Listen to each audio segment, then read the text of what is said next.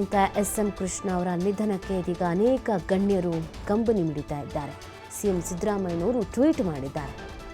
SM. Krishna ಅವರ ಸಾವಿನಿಂದ ಆಘಾತಕ್ಕೀಡಾಗಿದೆ.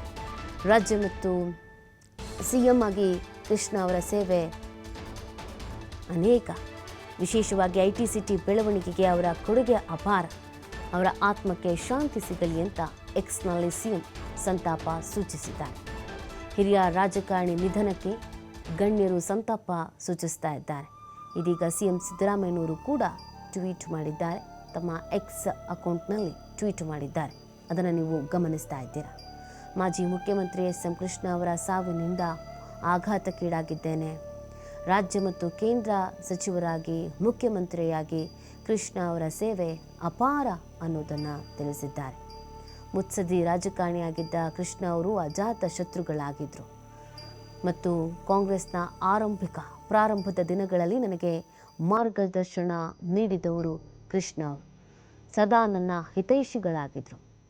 ಕೃಷ್ಣ ಅವರ ದೂರದರ್ಶಿತ್ವ, ಶಿಸ್ತುಬದ್ಧ ಜೀವನ, ಸಜ್ಜನಿಕೆಯ ನಡವಳಿಕೆ ಎಲ್ಲವನ್ನೂ ಕೂಡ ಇದೀಗ ನೆನಪಿಸಿಕೊಳ್ತಾ ಇದ್ದಾರೆ ಸಿಎಂ.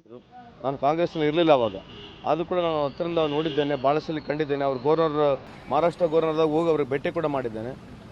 ನಾವು one of the finest leader, highly educated, highly qualified, ಎಲ್ಲ ಸ್ಪೀಕರ್ ಆಗಿದ್ದರು, ಗವರ್ನರ್ ಆಗಿದ್ದರು, ಮುಖ್ಯಮಂತ್ರಿ ಆಗಿದ್ದಾರೆ. ಸೊ ಇಂಥ ಎಲ್ಲ ಹುದ್ದೆಗಳನ್ನ ಅಲಂಕಾರ ಮಾಡಿ ಅಧಿಕಾರವನ್ನು ಚಲಾಯಿಸಿ ಕರ್ನಾಟಕ ರಾಜ್ಯದ ಅಭಿವೃದ್ಧಿಗೆ ದೊಡ್ಡ ಪ್ರಮಾಣದ ಕೊಡುಗೆ ಎಸ್.ಎಂ. ಕೃಷ್ಣ ಸಾಹೇಬ್ರದ್ದಿದೆ.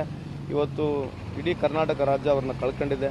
ವಿಶೇಷವಾಗಿ ಅವರ ಫ್ಯಾಮಿಲಿಗೆ ನಾನು ಕಂಡೋಲೆನ್ಸಸ್ ಹೇಳಲಿಕ್ಕೆ ಬಯಸ್ತೀನಿ. ಇಂಥ ಒಂದು ನುಕ್ಸಾನವನ್ನು, ಇಂಥ ಒಂದು ಲಾಸನ್ನು ಆ ಭಗವಂತ ಅವರಿಗೆ, ಫ್ಯಾಮಿಲಿಗೆ ಶಕ್ತಿ ತುಂಬಲಿ ಅಂತ ಈ ಸಂದರ್ಭ ಕೇಳಲಿಕ್ಕೆ ಬಯಸ್ತೀನಿ.